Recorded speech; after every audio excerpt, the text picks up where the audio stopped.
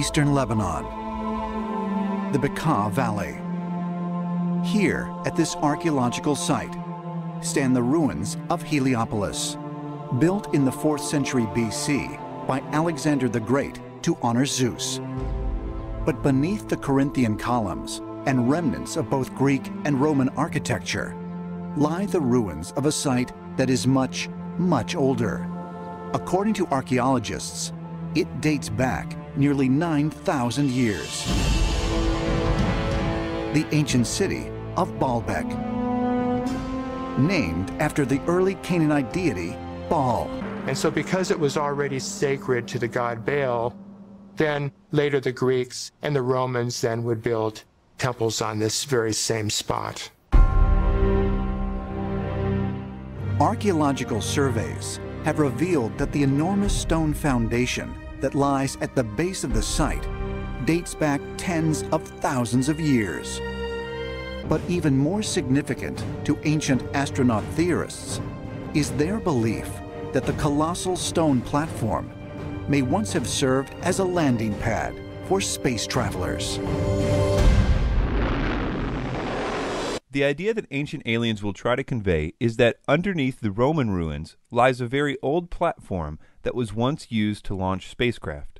As we watch the next clip, listen for the first thing they cite as evidence for this claim. But what was originally there before the Roman temple was this spaceport platform that was apparently used for extraterrestrials coming and going on planet Earth.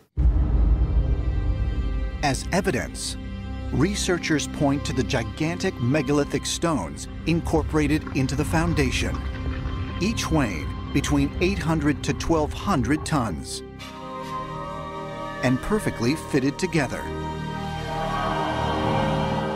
These 3 stones they're referring to are called the trilithons, and the heaviest of the 3 is 800 tons, not 1,200 tons as they say. There are 2 other stones that are heavier than this around the area, but they are unused, still connected to the bedrock in the quarries, and thus are obviously not part of the trilithons. The way the information is presented about these 3 stones leads the viewer to believe that they are part of the foundation or platform of the Baalbek site. What they want the viewer to think is that spacecraft lifted off and landed on the stones of this platform. They also claim that these 3 stones cannot be of Roman construction, as the mainstream archaeologists believe, but they say that they were part of the earliest structure at the Baalbek site, and that the Greeks and Romans only built on top of this ancient foundation. And it is true that there was a very old pre-Roman temple at this site, but we will learn more about that later. Our focus at the moment is the trilithon stones. Ancient Alien says that these 3 stones are the real mystery of Baalbek. This is the real mystery of Baalbek, how these stones came to be there, why they were placed there, and specifically how they were transported into place, because some of the stones are of such magnitude that modern machinery is incapable of putting them there, but somehow our ancestors were able to do this. To solve this mystery, we need to first understand that these 3 stones do not form the foundation of Baalbek, as is so often suggested. The trilithon stones lay end to end, or long ways, and are part of the narrow wall on the western end of the complex. They are most certainly not the foundation, nor do they constitute a platform, and it would be very awkward for a spaceship to land on top of them, considering the space on top is so narrow. Ancient Aliens tries to make it seem like no one knows the purpose for these stones, or why they had to be so heavy. But if the moving, hoisting, and setting of such massive stones was so incredibly difficult, then who, or what, placed them there? And perhaps more importantly, why? The truth is that the purpose for this wall is very well known by archaeologists. It was a retaining wall. Retaining wall technology really improved with the Greeks because of the importance of the amphitheater in their culture. Because most amphitheaters were sunken into the ground and surrounded by earth, they needed to construct retaining walls to hold back the soil. Then the Romans came along and basically perfected the practice. The rule of thumb in retaining walls, even today, is the bigger and heavier the stones, the better the retaining wall. Also, the stones needed to be in as big of sections as possible. In other words, huge sections of uncut stone. It's no coincidence that some of the biggest single stones in the ancient world, besides Baalbek, are also used in retaining walls, and by the Romans as well, as we will see. Retaining walls were especially important if there was a lot of soil erosion at the site, or if the platform you were trying to build was on a steep incline. At Baalbek, the platform was built right on the side of a huge hill, so for that reason alone, it would require a retaining wall if they intended to make a large level platform. But if you added to that a soil erosion problem, you would have two very good reasons for a huge retaining wall at Baalbek. So, does the area around Baalbek have a problem with soil erosion? The answer is yes, probably one of the biggest in the world. You can see evidence of soil erosion all around the Baalbek site. The soil from the top of the hill has been sliding down the hill into the valley below for hundreds of years. One of the leading causes of soil erosion is deforestation. If an area that once had trees has been completely cleared of those trees, the rain no longer will have anything to slow down its velocity. Normally, the rain hits tree branches and the thick foliage that accumulates on the forest floor over time. Also, the soil is kept in check by the root systems of the trees, which hold the soil in place. Lebanon has a picture of a cedar tree on its flag. Their trees have been a symbol of pride for literally millennia, the so-called cedars of Lebanon. But the forests have disappeared long ago, as they were one of the only sites for timber in the ancient Near East, and it was massively deforested in ancient times. In fact, the soil shifting is just as bad today in the Bekaa Valley. The UN in 2006 proposed a series of solutions to deal with this now full-scale environmental disaster in the Baalbek region. Homes in the region are being abandoned as their foundations shift and they become inhabitable. But although these proposed solutions by the UN may be new, this problem is an ancient one the Romans would have been well aware of. The massive trilithon stones provided the weight needed to press down and secure the stones in the wall below. This is why you only see these huge stones on one side of Baalbek, the side where the steep slope is. The idea that these stones were part of a platform and were used as a landing pad is something that requires ignorance of the layout of the site in order to believe. Well, what about the age of this wall? Is it from the Roman period of construction, or is it from the pre-Roman Canaanite era? There is a lot of confusion about this point because there was indeed a very old pre-Roman temple on this site. The pre-Roman Canaanite temple was a pretty standard platform and altar, much like other sites built by the Canaanites, which were referred to in the Old Testament as high places. The original site was probably chosen by the Canaanites because it was indeed on a hill, as any good high place should be, but also because it was less than half a mile from the perfect stone quarry. The early versions of this temple, however, did not have a retaining wall. As the different groups added to the site over the years, the site changed drastically. The Romans alone spent 200 years doing construction at the site. Think of that. That would be like starting a construction project in 1812 that only just now came to completion. That's a long time to be working on a project. So yes, Baalbek is built on a very old Canaanite altar to Baal, but the trilithon stones were not part of that site, nor are they part of the foundation as is often claimed. They are part of a very necessary retaining wall. The question still remains, however, about the methods for moving and lifting these stones. Some have suggested that this stone alone weighs in excess of 1,200 tons. How was it moved there? Because obviously it's situated on top of these stone rows that we can find down here, which means that this stone had to be lifted and then set on top of these stones down here. So, did the Romans have the technology to move and lift such stones? Well, all you have to do is look one country over to find out. About the same time the Romans were beginning their 200-year project at Baalbek, another project of similar magnitude was beginning by the Roman client king Herod the Great in 19 BC. Herod, using Roman techniques, renovated the Temple Mount to earn favor with the Jews, who viewed him as a Roman proxy, not a Jew.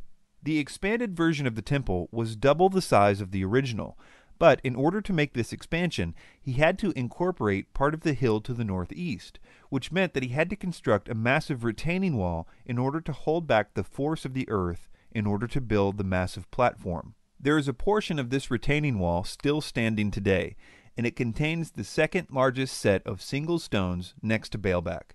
Just like Baalbek, there are several of these stones lined up to form the wall and to provide the weight and size needed to hold back the earth. They call the 4 largest stones the master course.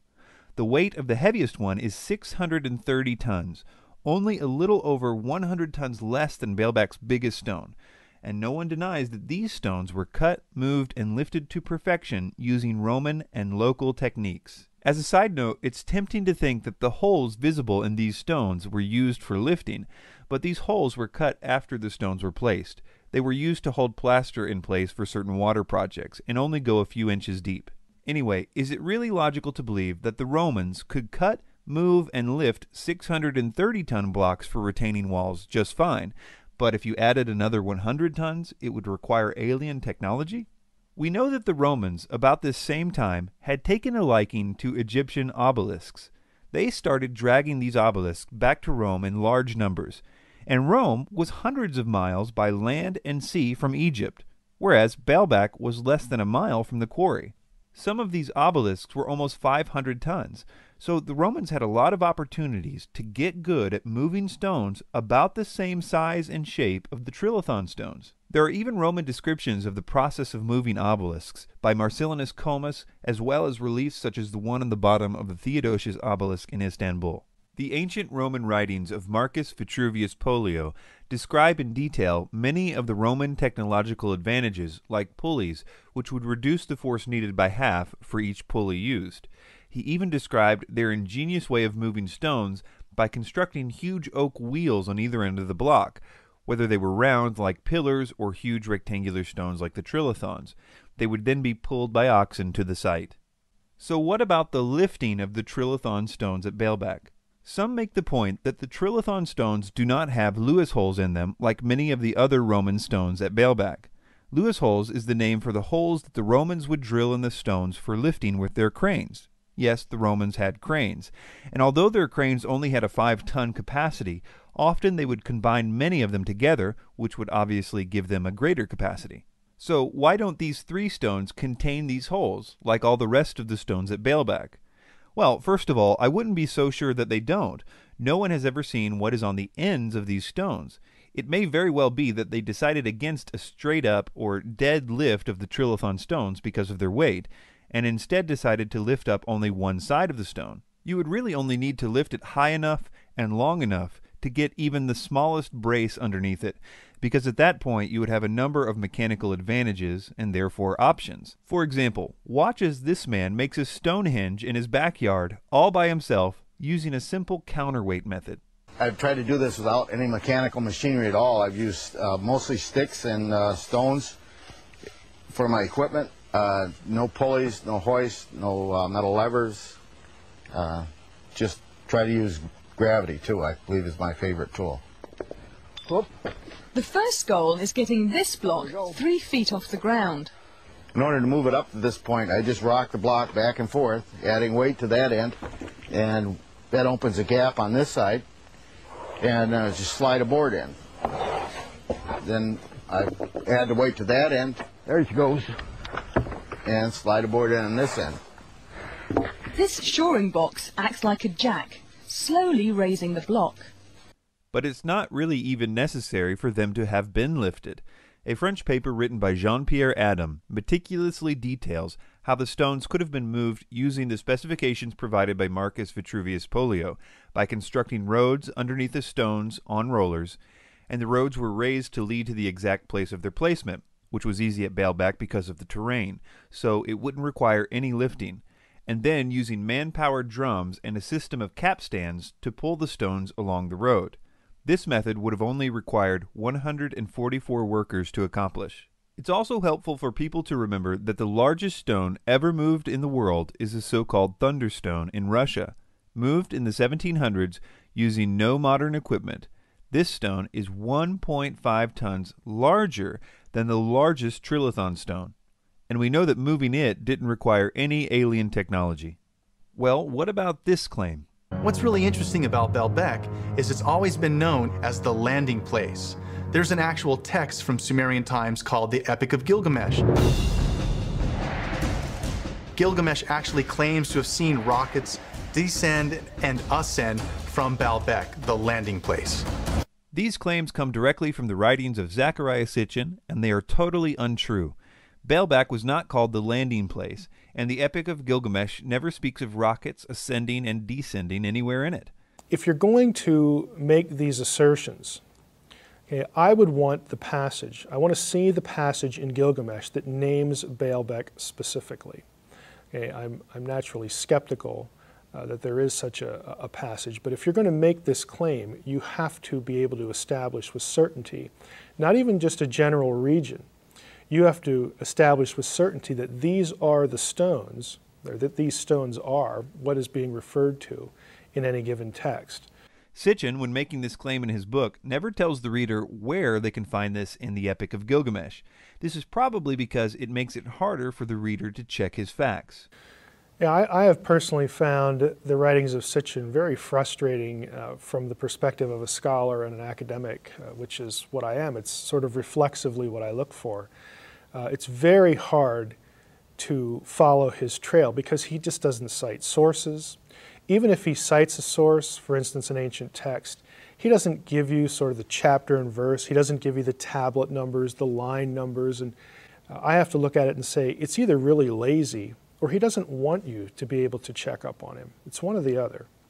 I will link the actual section of the Epic as well as a link to the online resources to check the Sumerian text for yourselves at the website ancientaliensdebunked.com. Nowadays, all the Sumerian tablets, including their own dictionaries, are searchable online. Yes, the Sumerians wrote their own extensive and detailed dictionaries, so we don't have to trust Sitchin or anyone else. We can basically just ask the Sumerians what they thought a word meant. And it becomes painfully obvious to anyone that cares enough to look that Sitchin was at best totally incompetent as a translator, and at worst a scam artist. See SitchinIsWrong.com to begin your journey in losing any confidence in the so-called translations of Zechariah Sitchin. In conclusion, the trilithon stones are part of a necessary retaining wall, not a foundation, and such walls were common to the Greeks and Romans. The retaining wall was not part of the simple, original, much smaller temple at Baalbek, and we know from other retaining walls of similar size, built by the Romans at the same time and in the same area, that they were more than capable of moving and placing stones of that size and shape, also evidenced by their ability to move obelisks. This is especially true if you gave them over 200 years in which to do it.